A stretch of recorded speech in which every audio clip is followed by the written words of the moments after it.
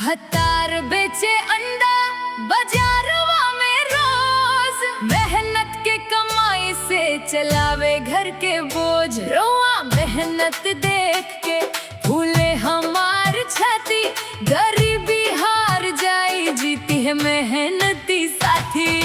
भोरी मुर्गा बोले उठ जाले बलम, टोकरी में अंडा भरी निकले लेके दम। रोजी रोटी खातिर ना माने कवनो डर, मेहनत से चमके